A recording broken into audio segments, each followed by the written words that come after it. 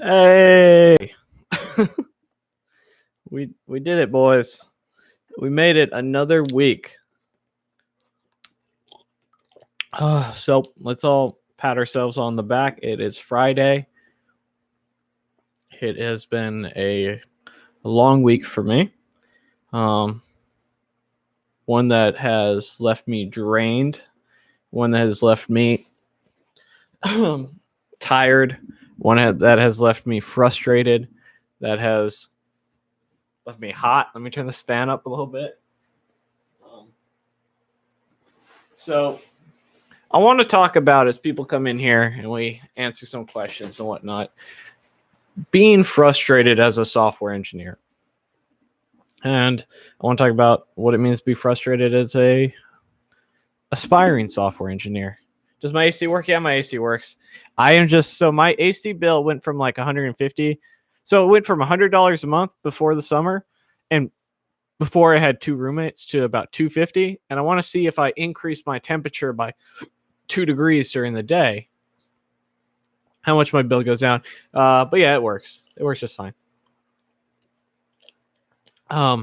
It's not that bad.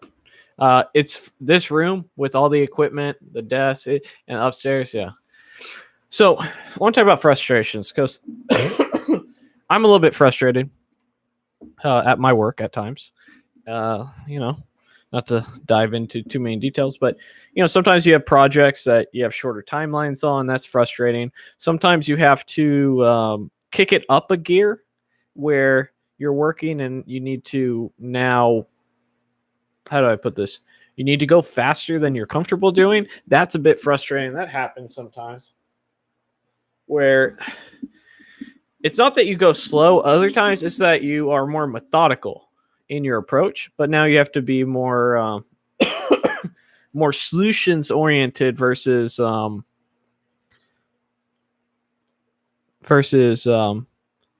more direct solution oriented than you would be the optimal solution, if that makes sense. Where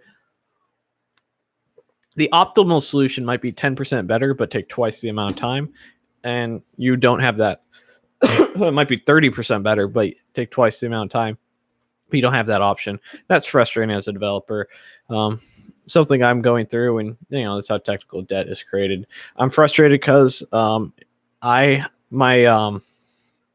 been wearing this on and off all week. I have trouble typing with it, but for those of you who don't know, I have like wrist issues on occasion, and somehow I sprained my wrist to the point where I can't open a bottle of water.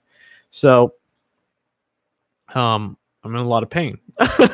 And like I can't play with, I'm not even sure how I did. I think I was playing with my dogs and I sprained it, and it's been a couple days, like 5, and it's still not getting much better. I might have to go to the doctor. This hurts like hell. Yeah. So I've been wearing this to help out. Frustration from aspiring developers today. So for those of you who don't know, my girlfriend's going to a coding boot camp. She's in her 5th week, I want to say, maybe 6. And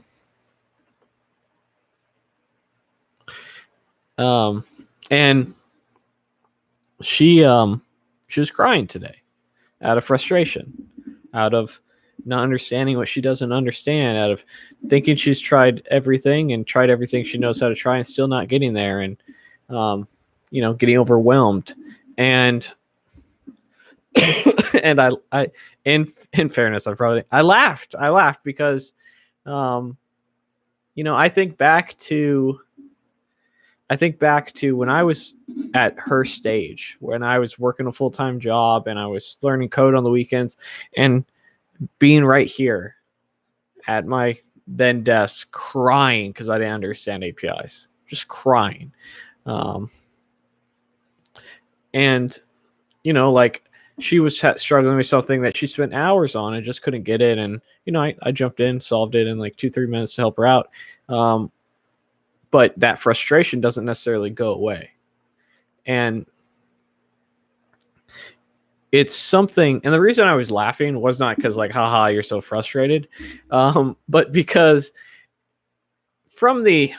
as somebody who's on the other side, when I talk about being frustrated with work, those are baseline level frustrations where you're just like, it's a job. These things happen. Not ideal. when you're talking about frustration of learning to code, you're talking about the great ape inside of you, some primitive shit where you are angry like you've never been angry before in your life. You are ready to kill a computer. You're going to shank a computer to death, and you just don't understand why, and you just want to hit something. I remember that all too well. And it's been so so I was laughing because I remember it. It's so unbelievably clear for anybody who's really tried to get good at programming, put the time in. At some point in their life, when they're trying to go at a rapid pace, you should probably have broken down in tears. So I remember that, and so I can.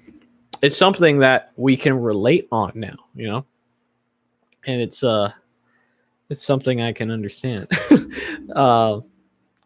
Yeah. So how do you handle frustration? You like the podcast, Jose? I'm glad you like it, man. It's been the podcast has been pretty good. I gotta hit Eric up to see for recording episodes this weekend. 24 episodes on the podcast. If you guys haven't checked the podcast out yet, you can go to selftaughtornot.com. It'll be there. Check it out. It's on Spotify, Pandora, I think, Google Play, and iTunes Music, and a couple other. So I don't know if it's on Pandora. It's on Spotify. The one with your story was good. Yeah, man. The story continues. I was telling my my tech lead the other day, today actually, I was like, yeah, I'm gonna apply for I was like, my poor tech lead's only been here like 2 months, and so I was like, yeah, I saw an open tech lead spot, I'm about to jump ship and apply to it, and I am, but I gotta wait 6 weeks to see if I can get it. I'm trying to get paid, son. I'm trying to make more money. I saw an open spot. I said, I don't give a shit. I got half the amount of years experience. Let me interview. Let me see if I can show you why you should hire me. All right. Yeah, the podcast has been a lot of fun.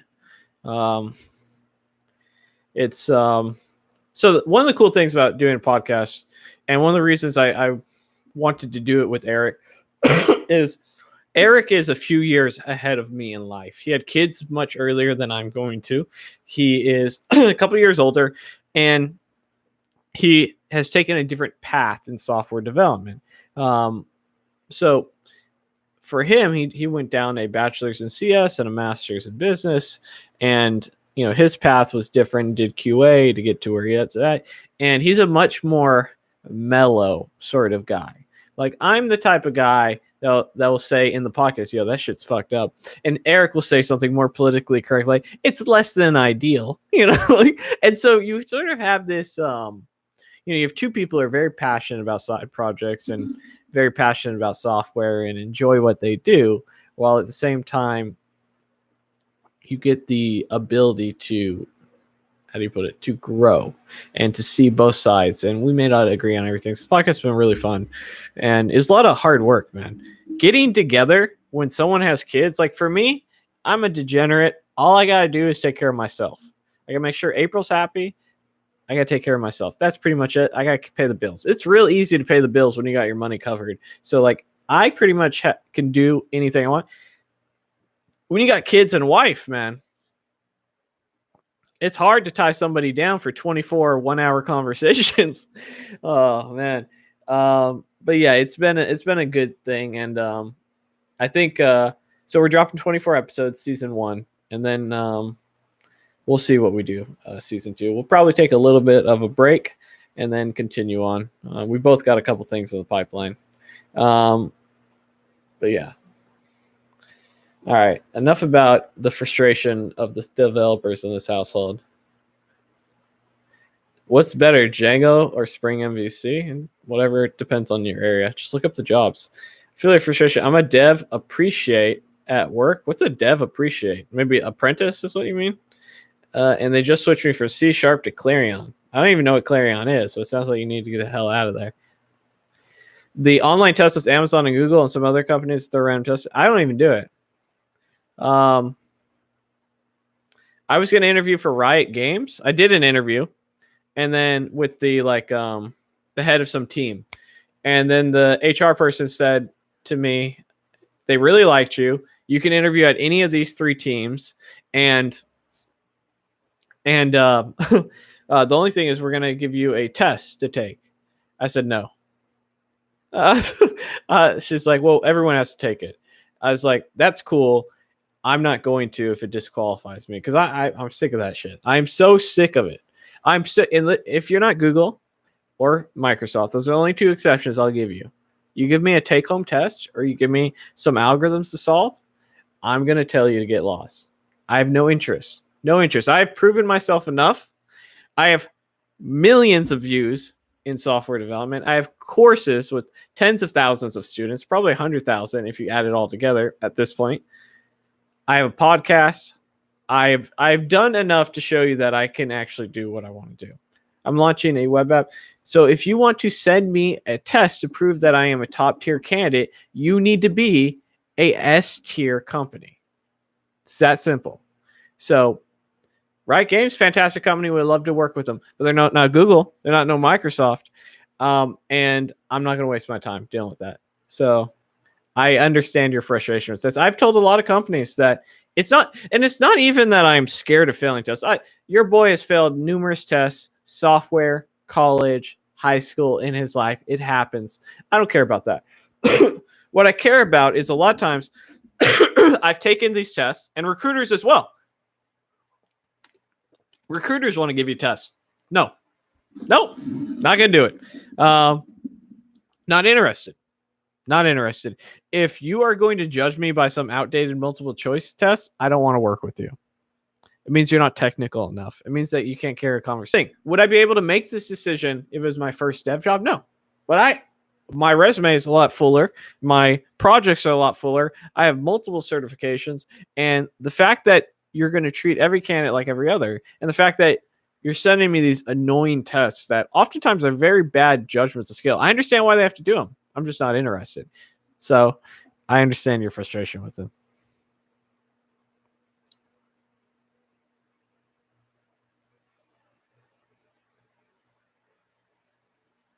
Do I think native CSS will replace Sass one day because of variables in CSS3? No, not until they implement nesting, which I don't know if they have any plans to.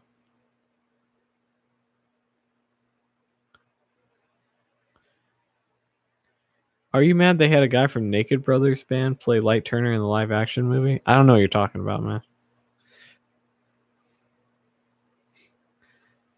But they have to test you? No, they don't. You can have a conversation. If you want to have a conversation, Death Note? Oh, dude. No, I couldn't. I love the anime Death Note, but I watched the trailer, and from the trailer, like, trailers are supposed to be the things where you are like the best of the best. Like, you can trick people with trailers, man. We've all seen it with the DC movies. Every DC movie that comes out has a bomb trailer. But yeah. Jose Gonzalez subbed on the Patreon. I saw that, man. Thank you. I haven't had a chance to reply back yet. I've been working from about 7:30 to 5, and so I had a piece of dinner. Came here, but I will be responding back. I did see your message. I will respond back.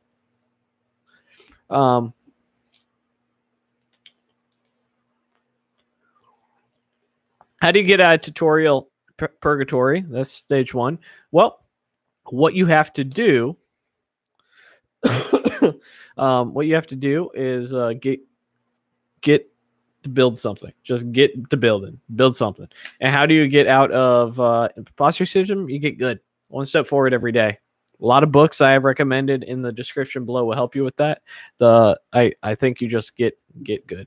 Like, if you look back there, I got a book I'm reading.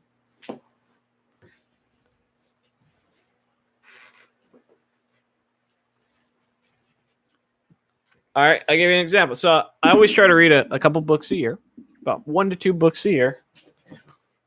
And this book, how many pages is this book? So I'm on page 293. And the book itself, not counting like the bibliography and all that, but the book itself goes to about 855 pages. I read 293 pages about a week. So reading like 30, 40 pages a day, about 2 chapters a day. But then as I read this, I apply it to my coding. I learn, I grow, I get better. And, I here's what I'm trying to say is that this is just one way that I get better. Every year I improve my resume by reading this. This isn't necessarily going on my resume, but increases my code quality, increases me as a developer, increases my skill set. What I'm doing this year is I'm finishing so there's there's 2 things that you can do depending on what your objective is to eliminate imposter syndrome. The best thing to do is just get good. Get so good. And this is not to be full of yourself or confident. Get so good that it's apparent that you're not an imposter. And if you have that mentality, you'll get good very quickly by just taking one step forward every day. One step forward every day. I forget. Was it Josh? I forget. This dude's in my chat all the time. I forget it. But I saw on Facebook. We're Facebook friends, and he said something about how he got his first dev job, and then he got laid off after 2 months. Laid off after 2 months his first dev job, and he grinded and he grinded and he grinded, and a year later, some change later, with the support of the woman in his life, working at a Fortune 500 company. Killing it. So my point is this, is that you can get good very quickly with putting a little bit of effort every single day, whether it's reading books. And that's getting good on the inside. And then you can showcase that. Now on the inside, I mean like the code. There's ways to get good on your resume. One thing that I'm doing that I did last week was I finally am getting around to finish up the full stack free code camp certificate to put on my resume. Bam, one new thing to there. I have another certificate here. I go to conferences, speak at conferences, build courses. There's external, there's internal things to help eliminate that imposter syndrome. The external help with your resume, the internal help with your mentality, and your mentality can be increased by reading the right things and doing the right things.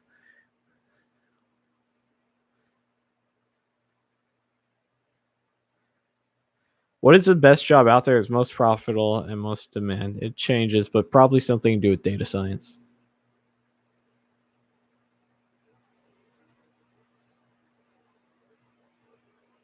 Do you take pen and paper notes or e-notes? No, not anymore. Typically, if there's something that's very high level, I'll build a video on it. How do you optimize images for sites? It depends. So if you have like a third-party CMS, a lot of times they handle that for you. But there's also things like, so we had this issue. So I had this issue where they were trying to figure out why our site was using so much data and going so slow. And I made the point that the images that we were loading were print level images, which we're talking about 4K images and 50 of them, when really what we need is like we're displaying them at a 360p range. So first thing you have to understand is what's relevant to where you're actually going to use them. Second thing is there's also ways to dynamically inject different images based on your media queries. And that way let's say you're like, look, man, we need to support 4K, but if they're on 1080p, we want a 1080p image and so on and so forth. There's ways to do that. So there's also different formats and things like that.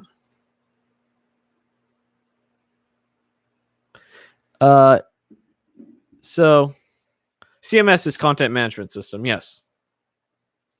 So there's headless CMSs where they're just delivering JSON data and stuff like that. So is CSS kind of hard? CSS is different. So you have to understand certain aspects of CSS. And a lot of these things I talk about in my 100 front-end technical interview questions course challenge, which you can get for just $9.99 in the description below. And we go over those things those fundamentals that you understand. And the problem with CSS is a lot of people, because it's one of the first things they learn. It's one of the first things they learn. It's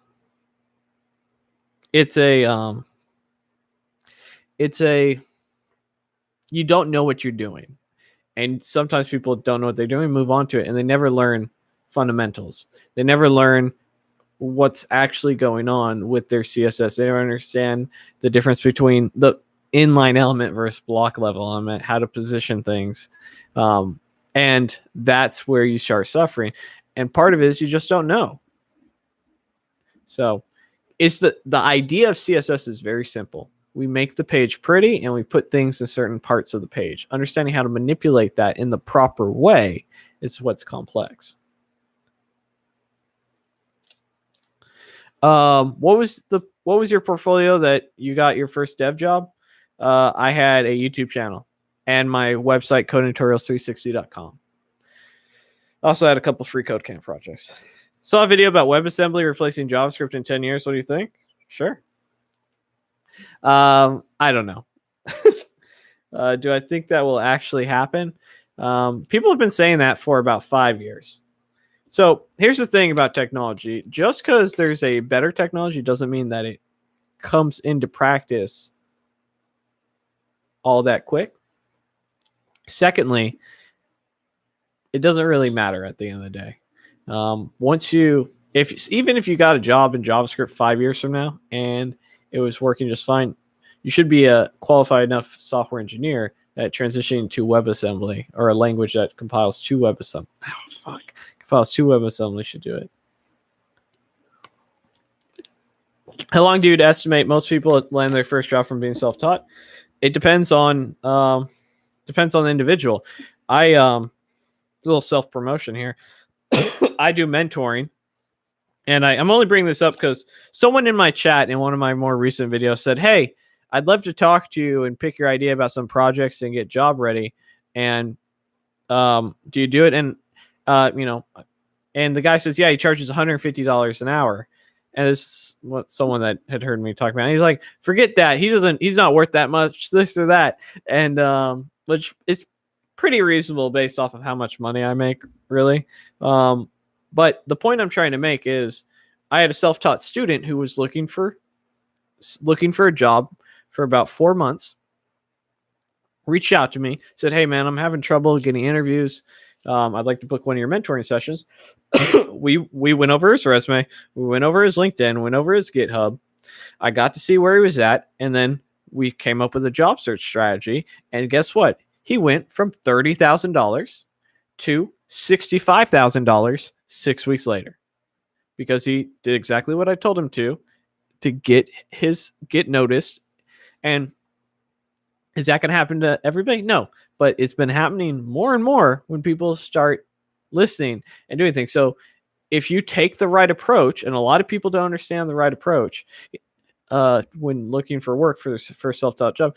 So if I had to give you an estimate, when I really started studying and I started applying, it took me 6 to 7 weeks to get my first dev job after applying, maybe 2 months.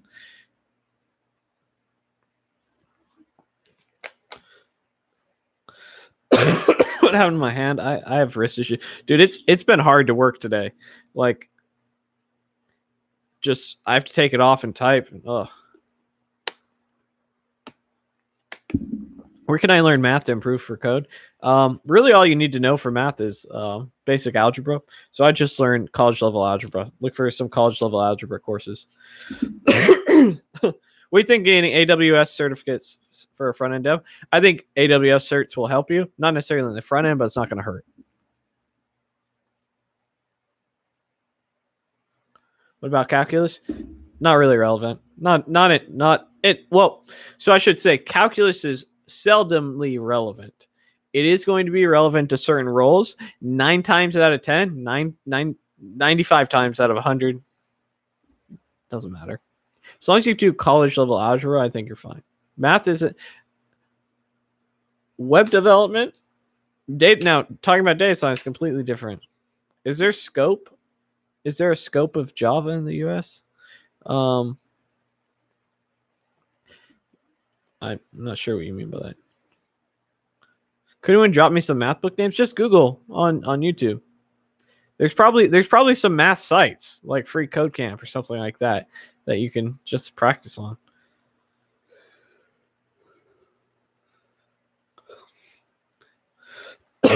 Do you think WebAssembly will let software engineers move into the web dev area? No. And the reason I think it is that, so if you are a C# dev and you can't learn JavaScript, and you can't do, and I'm talking about front end, back end. See, what we're specifically talking about with web dev is, what we're specifically talking about for web dev is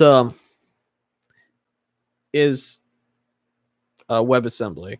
But the reason that WebAssembly exists is because people who have worked in languages non-traditional in the front ends, C#, Java, things that are much more difficult to build front end web applications, it compiles down to all that sort of shit. It's not the language that's the issue. It's the understanding, because every programming language works 90% the same, and that 10% is weird gotchas or unique things or learning the ins and outs. They're all going to have variables. They're all going to have objects. They're all going to have some form of classes. They're going to have control flow. They're going to have scope. They're going to have, loops and iterations. And the logic's going to be 90% the same. Now, the issue is not that JavaScript's too hard to learn. The issue is that bringing the UI and working with the browser is the difficult piece. The issues are that I don't really understand CSS. I don't understand mobile first design. I don't understand it end-to-end testing. I don't understand browser compatibility. I don't understand semantic HTML. I don't understand good HTML. I don't understand good CSS. I don't know any front-end best practices.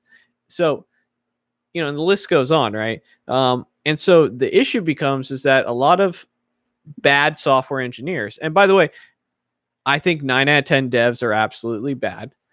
So this is my stance. And part of it is there's such a low barrier of entry, which is a good thing for those of people who are looking to get in. And there's so much high demand that you can have people who can barely do the job get checks. So you're saying, if I'm saying 9 out of 10 developers have gone and learned to memorize something without ever learning it and never got any better, they got good enough to barely get a job and good enough to barely stay in the job. They never got good at the job. They never got good at being a software engineer. And the issue happens. The issue then becomes is it's not that they ever actually became a software engineer. What they did was they learned Java. What they did was they learned C# and they memorized .NET. So what I'm trying to say is that WebAssembly is not going to solve that. WebAssembly isn't going to make those 9 out of 10 C# devs learn how to work in the front end, because you're still going to have to work in the front end. You're still going to have to learn how to do CSS, HTML, and they don't want to. There's not a demand for it. Most people don't want to work in the front end. So, but yeah, that's my stance on it. Just because something exists doesn't mean people will use it. Could it? Absolutely. Am I worried about it? No, because I'll just go and use it. If my work came to me and said, look, how many lines of C#.NET you're in your life? 100. Cool. We need you to do some C# and .NET APIs for the next 6 months. Okay. Am I going to go slower than I would in JavaScript? Of course. Would I be able to do it? Yes. Will I make some mistakes? Yes. But I promise you, by the time I'm done 6 months from now, I will be a senior level developer in that specific framework and in that specific language. Does web dev need to be worrying at a job in 10 years? No. So here's the thing. It still has to compile down to, you still have to write the stuff to go into WebAssembly. No, not at all.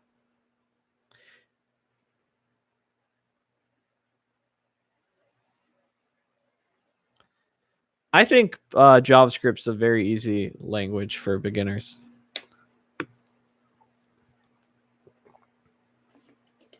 So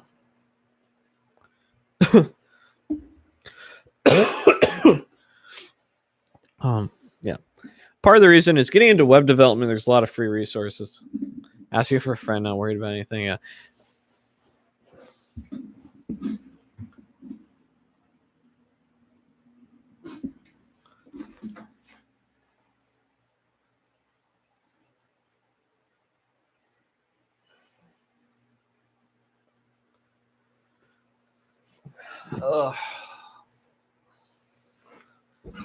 How's the family? The family's good, man. The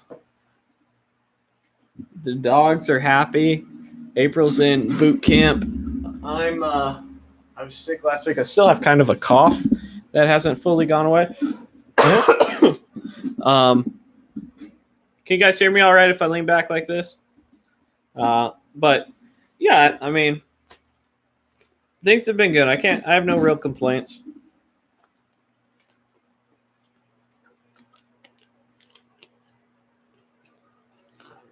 How's the web app going? So I actually have to record like 500 videos, and I'm hoping to do it this weekend. But honestly, man, my wrist is so jacked up.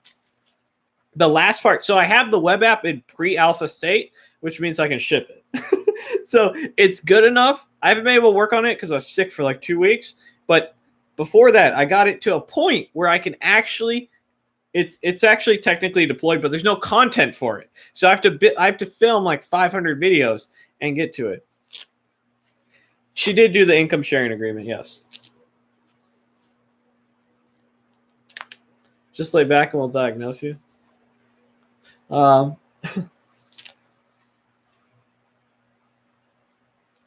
Yeah, so this weekend.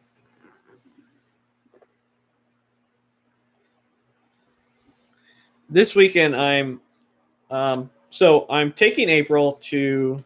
I'm gonna pay for April to get laser eye surgery like I got. And you know what? It's so funny because although the last 2 weeks have been very unproductive, I've been able to help April more with her schooling. I've been able to focus and relax and sort of get back to what I want to do, which is always getting better. And this has been one thing that's like, okay, cool. I started doing this. I started my free code camp start again. I'm putting together another course that I'll be leasing, as well as a course I'll be building. And so, as well as a course that I'll be doing for LinkedIn and doing all that sort of stuff. So it's been the stuff that's been less mental and more just like busy work that I've been able to get back into. Yes, April's doing full stack web development. Right now, she's in vanilla JavaScript DOM manipulation, but next week they start React.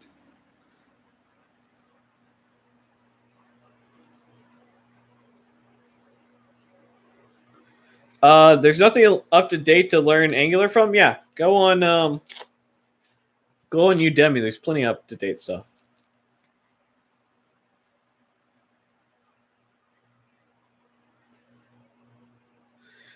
So I don't remember Python instance, but instance of in JavaScript, and I'm imagining it means something very similar in Python, is essentially saying, is my variable this class?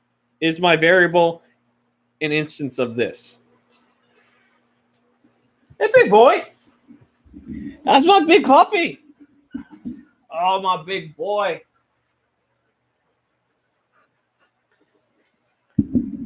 What did she study before getting a web dev? She has a bachelor's in English. Oh, my handsome man. This is Gator, for any of you guys who haven't seen it. What's the wrist thing for? I think I sprained my wrist. You just came in here and steal a water bottle.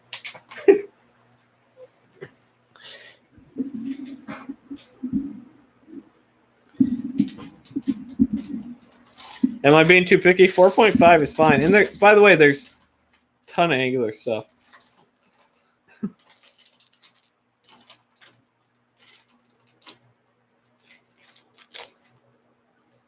You and a few others have convinced me to take self-taught route. Way better than going to any more debt. Thanks for your videos. Debt's a killer, man. When you gonna admit you murdered Dolan? I was talking to Ricky the other day about doing a Dolan video. He's been a little busy though. The last one was so good with the edits. Yeah. So when I first gave Gator water bottle, like empty water bottles to chew on, I gave him one and he chewed it to bits. Now he's greedy. He comes and looks for. He'll chew it a little bit, rip the label off. He likes this. I have to take that away because he keeps on chewing on it. And he swallowed one and pooped it out. Gator. Good boy.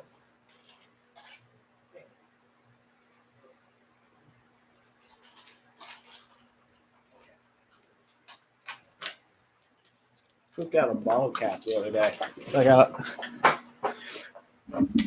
Hey, he comes in here. He comes in here like he's looking for me, and then he just takes one of the water bottles. Yeah, I mean, there's I think there's CRV. I don't remember if we have CRV here or not. I normally don't have bottled water, but we had to buy some for when the hurricane was here. How much will the coming recession affect the web dev job market? I don't know. Not as much as other industries. How do I dress for my job? This was exactly what I had. So I work full remote now. And so I either have a shirt that has my company logo on it or I have a dev shirt. So that's how I dress now, unless I go into the office. But I work full remote now. But that doesn't mean I don't go in the office every now and again. Occasionally you have to. Big boy. Yeah, it is pretty awesome. I get to hang out. My pups.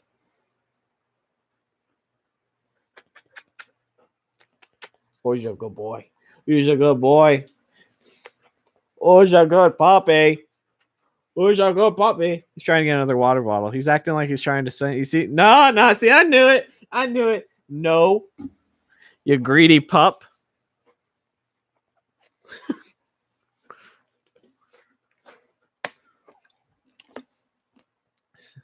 You ain't fooling anybody, Gator.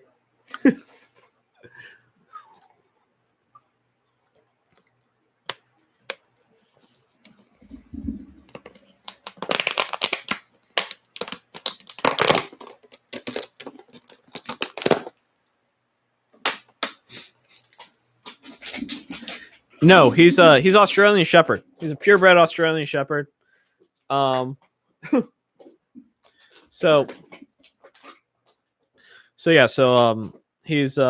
a black tri, which usually they have a lot more white. He just isn't getting white.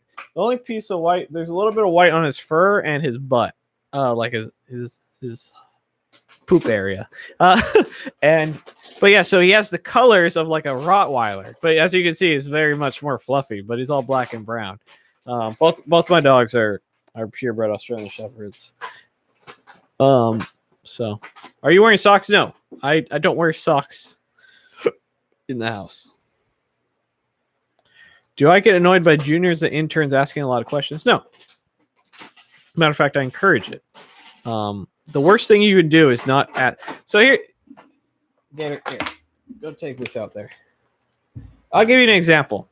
I was on a call for over an hour today with my tech lead. So I had an issue, and I said, hey, I need to run something by you. I don't know how to solve this. All right, I had a solution, but we are architecting something out that it needs to fit in the solution that we architected out, or everything's not going to work. So about 15 minutes of that call is me explaining the situation, showcasing what's wrong. And an hour of it was me saying, I don't understand what you're telling me to do. And it's uncomfortable at a point because we're going back and forth. He's doing his best to explain. I'm trying my best to understand. And most people, and this is the reason I bring this up, is most junior developers, most senior developers might say that once. I quite literally think I said it 6 times before I finally got it, before we got there. And so my point is this, is that yeah, now Boise wants one. She gets getting a little jelly. My point is this, is that it's important for you to speak up when you don't know. Your superiors, your colleagues, your seniors, I would hope so, would want you to say, I don't understand, I don't know, what do I do, so that you can move forward and not waste an entire day. Nobody wants you to waste an entire day. I much rather would spend 15 minutes to an hour with you and it gets you to where you understand and help you out before you not being able to deliver anything for 24, 48 hours. So, and then you won't have to do it again. Hopefully you'll understand. If not that time, the next time. But you need to speak up, especially if you're in a situation like me where you're working full remote. If you don't speak up when you're remote, that's a good way to not work remote anywhere. You need to be able to let the world know. How much time would you gauge on spending trying to crack the task by yourself before asking a senior? 30 minutes. That's it. 30 minutes, absolute max. If I'm stumped for 30 minutes, like I don't even know how to debug anymore, time to bring somebody in. I can do my job 99% of the time in 30-minute increments. If I hit that 1%, I reach out. So, Whitaker out of Adesanya. I think Whitaker. The reason for it is if Adesanya wins by decision. That's how I think he wins. I think Whitaker can take anything Adesanya can throw at him, and that I think is going to be the difference. I think Whitaker is going to go in there. Although, you know what, man, I didn't think he was going to beat Kelvin, but that was kind of a close fight. So I think Whitaker is going to be a better version of Kelvin, if that makes sense, in terms of like being in your face. So we'll see though. I wouldn't be surprised to win either way. But I think Whitaker's got it. As long as the guy doesn't go in injured. Guy gets injured every fight, it feels like.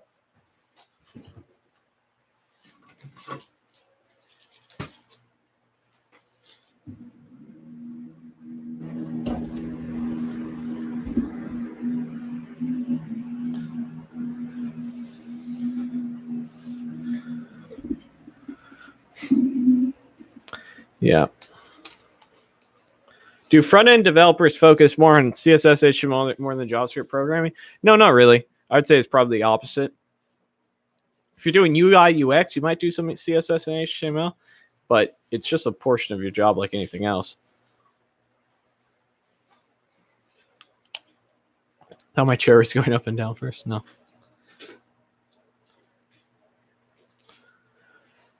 Oh, man. I have not done any embedded software kind of projects, no. Do I drink any beer or alcoholic beverage while coding? Not while I'm working, and usually not while I'm in the house. The only time I ever have beer in the house is when I have guests, and they either leave some or I buy some for them and they don't drink it all. So,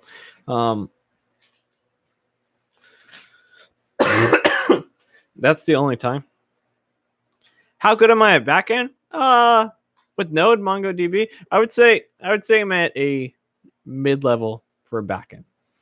There's some things that I could do to improve, such as getting better with RESTful standards and versioning and things like that.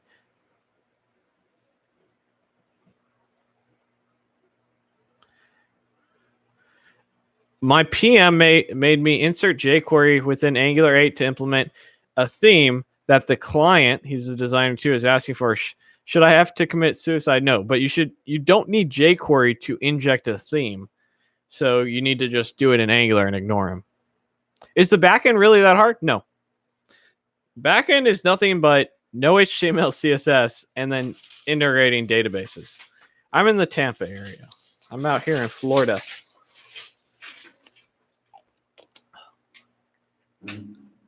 He's already eyeballing this one. This one's new. You're not getting it, Gabe.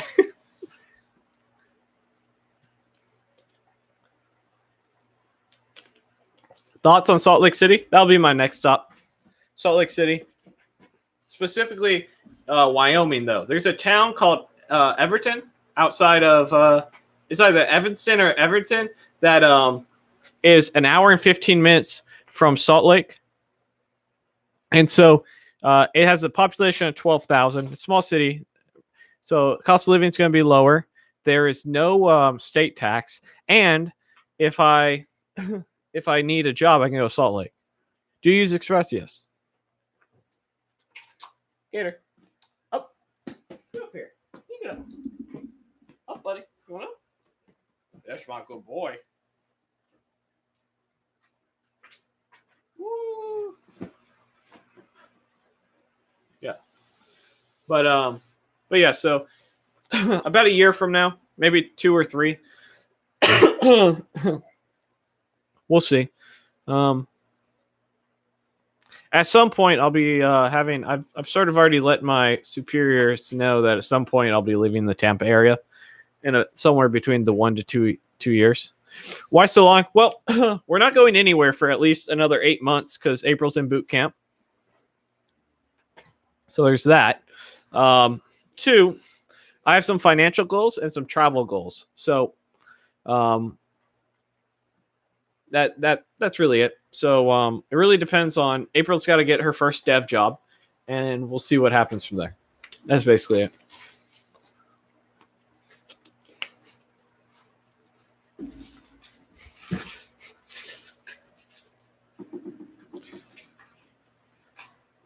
Yeah, get into Salt Lake City before it's too late. But I don't want to. So here's the thing: I don't even want to live in Salt Lake City. And what do you mean it's too late?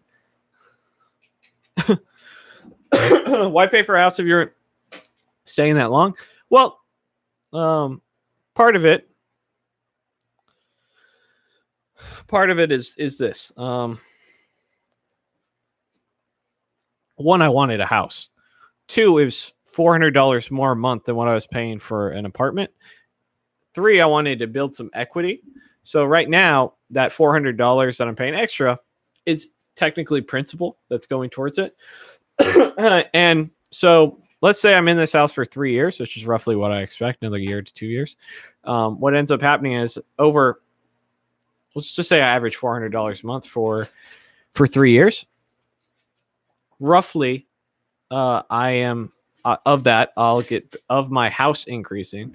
Assuming that my house doesn't increase in value, that $400 a month is $4,800 times 3. So we're talking about $14,600. Is that right? Is that right? I think so. $14,600 of just pure equity that I'll get back when I sell. And your house goes up 2.8% per year on average. Florida was the state in 2019 with the most immigration, over 500,000 more people. But basically, I wanted a house. The numbers made sense to get a house. And I didn't know how long I'm going to be in Florida, if it was going to be a year or if it was going to be 5 years. But the idea is to build principal. And I could, for $400 more a month, which based off looking up my numbers is essentially, if I didn't make any additional payments, how much principal really goes towards paying it off. I essentially would break even, own a house, and I would, if you compare a house to the apartment, 1,200 square foot apartment versus a brand new house that's close to 3,000 square feet, it just made sense in that fashion.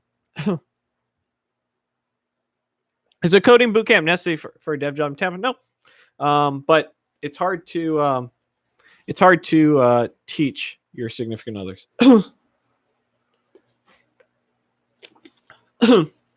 Yeah, and also with the house, I have additional rooms, so I rent. Although I just lost a roommate, I rent out both these rooms. So if you count that principal and you minus it off there, I'm paying about $200 a month for my house out of pocket. So if you don't minus that principal, it's about $600 out of pocket I'm paying for the house. So I wanted more rooms so I could rent them out so I could pay my house off early. And so what I'm doing is creating a snowball effect where every month I'm paying, instead of $400 principal, I'm paying somewhere between $1,400 and $2,000 additional principal every month, so that I can, in this case, eliminate PMI, but pay off my house early, whether it's this house or another house.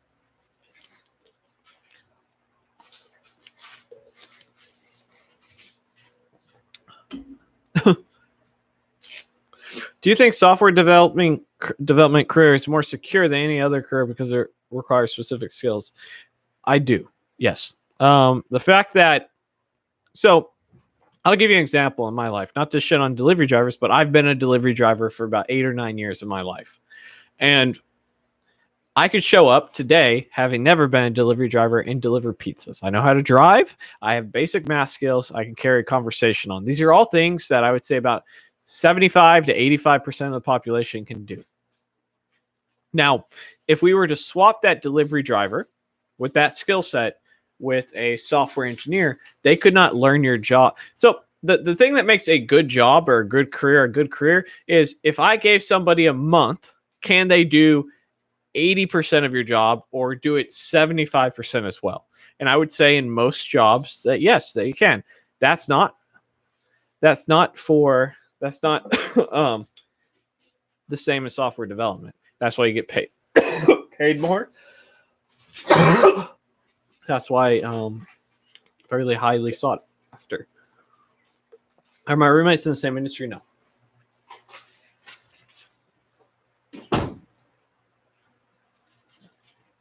Unrelated.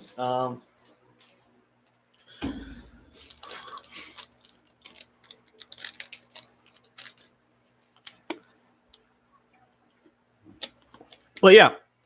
Master of the Mash. If you ever have any questions, man, about money or housing or stocks or anything like that, again, not a financial advisor. I'm happy to talk about these things. I'm not one of those people that are really uncomfortable talking about money. I'm very open about it because I think it's important. I think it's important because a lot of people don't talk about these things. What is my ethnicity? Caucasian. I am Irish with some Norwegian. Would I rent my room to an undocumented immigrant? I don't run background checks on my roommates. I meet with them and I ask them what they do, and I ask them for a certain deposit. And if I get a good feeling, then yes. Can I have some money? No.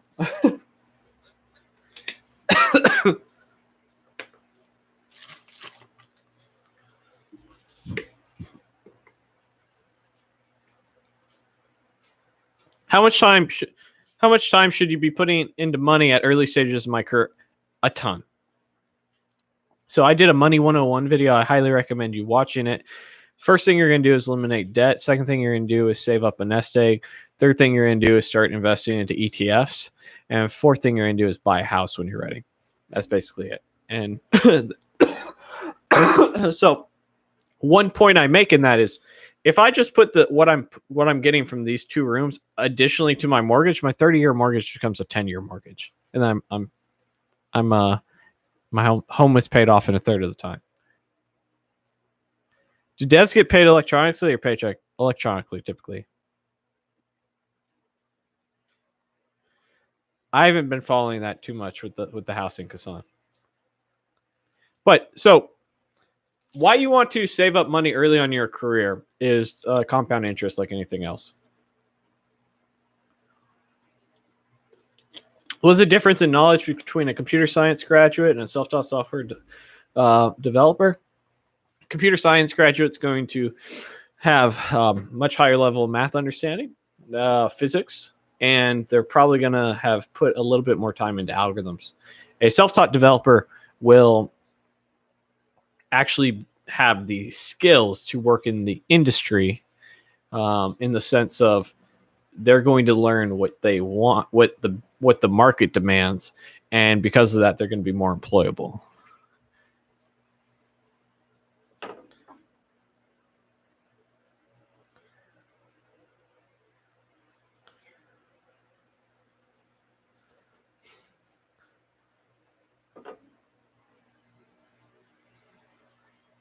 So April and I were joking. So the other day, we've made a joke. Do I have bobcats in my area? I don't think so. We got wild gators though. Not really. There's no wild gators. I've never seen a wild gator. Anyhow, all right, guys. We've been going about an hour. I'm gonna start coughing a lot. I can feel it coming on. With that being said, thank you so much for watching. If you haven't checked out my latest course, the 100 front-end algorithms, the 100 front-end interview questions challenge, check it out in the link below. You can get it for just $9.99, as well as my other course, the 100 algorithms challenge, help you prep for those whiteboard interviews. I appreciate all of you. And if Stephen Fisher types out his question, do I ever want to be back-end dev? No. Full stack. I'm happy being full stack with a focus on front end. But with that being said, guys, check out my courses. If you're interested in any of the books I recommend, there is a link in the description below. I'll see you guys next time.